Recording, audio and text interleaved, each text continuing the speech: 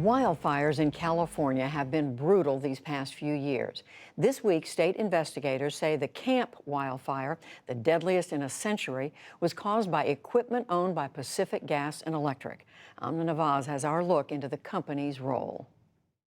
The Camp Fire killed 85 people and burned down most of the town of Paradise to the ground before it was eventually brought under control. Fire investigators say the utility's 100-year-old transmission lines snapped last November and created small fires that spread and turned into the Camp Fire. State officials also say PG&E has caused multiple fires in 2017 as well. The company is facing lawsuits, potentially criminal charges, and filed for bankruptcy protection in January.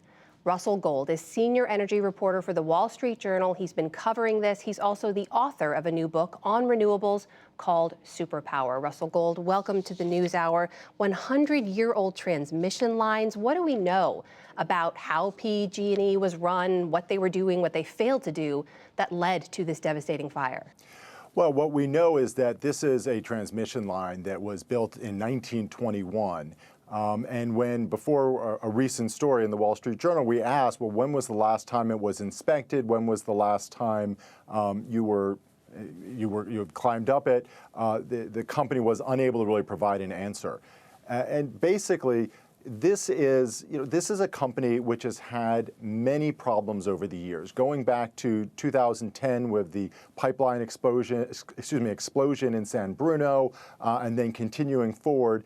It seems like every time they have an issue, they get it taken care of, something else pops up. So they're almost playing whack-a-mole, trying to keep up with all the different problems that they're having. Well, you've seen those problems you just mentioned, state officials saying they were behind multiple other fires as well. Is that unusual for a utility like this?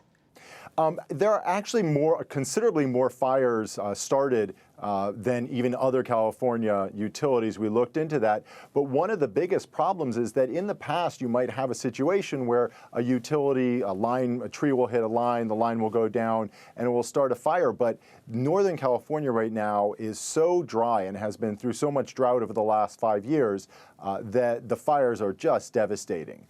And really, PG&E is playing catch up. I would venture to say that neither the company nor the regulators really were prepared for the ferocities of the fires that we're seeing right now, and are struggling to try to figure out what to do. So they have a new head, right? Bill Johnson stepped into the role relatively recently, has already testified before lawmakers about this. What is he saying? What is the company response to these findings? Well, so he said PG&E has accepted responsibility. They expected to be found responsible for this Camp Fire. What PG&E is doing right now is they're talking about really a multi-year plan to harden their system, to cut down trees, to try to get this situation under control. But in the meantime, one of the things they're talking about doing, starting this summer, effectively starting now, and certainly in the fall fire season, is they're talking about turning off power to entire cities or half of counties when the conditions are conducive for fires, because they're saying, look, if we cannot guarantee that our equipment is not going to cause a fire, is not going to have a problem and cause a fire, we're just going to turn the equipment off. So what we're going to face this fall, and what the communities in Northern California are going to face, could be 2 to 5 days without power. So we mentioned there could be potential criminal charges, right? The district attorney is looking over the report. What do we know about accountability for the fires that they have already been linked to? Well, PG&E, in California, there's something called inverse condemnation. And what that means very simply is that it doesn't matter if PG&E was negligent. If their equipment started the fire, they are liable for the damages, and that's property damages, that's lawsuits, death. So they are facing billions and billions, $20, $30 billion of damages already. And now with the Camp Fire, the most deadly of them all, being associated with PG&E, PG&E being blamed for sparking it, just massive liability. That's why they declared bankruptcy earlier this year. They're still a profitable company. This is a utility. They can collect rates if you want electricity, but the amount of liabilities they're facing are just so large that essentially they said, we can't continue going on like this. You mentioned some of the steps they're going to be willing to take, some of the things they're already trying to do. Preparations are underway, though, for the upcoming fire season across the region. Are people confident that the steps that they're taking now, the things that they're doing, will they be able to safeguard people for this upcoming fire season?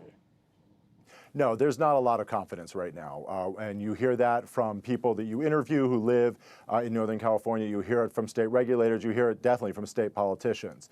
The loss of confidence in PG&E and PG&E's ability to operate safely is really stunning.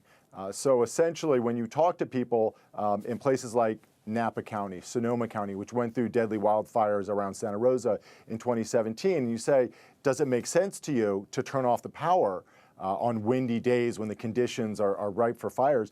They basically say, yeah, we don't have confidence that PG&E will be able, that their equipment will not spark more fires. So it makes sense to de-energize those lines, even though it will come at a great inconvenience to the public.